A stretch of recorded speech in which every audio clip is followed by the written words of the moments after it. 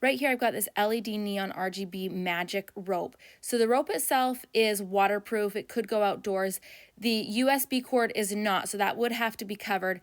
Then you have your remote, and it comes with some clips. So first off, this is how I set up my rope. I made it into a word. I use little ties to tie. You could use clear zap straps or metal or something.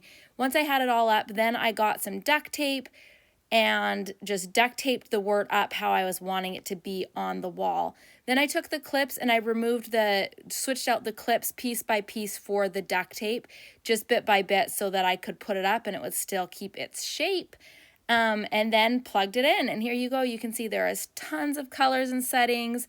You can use the remote to change it, all sorts of colors, as well as you can go and do multicolors.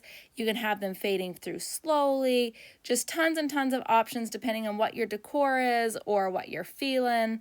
And then you also can connect an app. So if you take your remote, you will see there's a little QR code on the bottom. You'll scan that with your phone just by opening up your camera, and it will pull up the app. You'll just have to click your kind of phone and then get the app, and then you are good to go. You can control it right from your phone.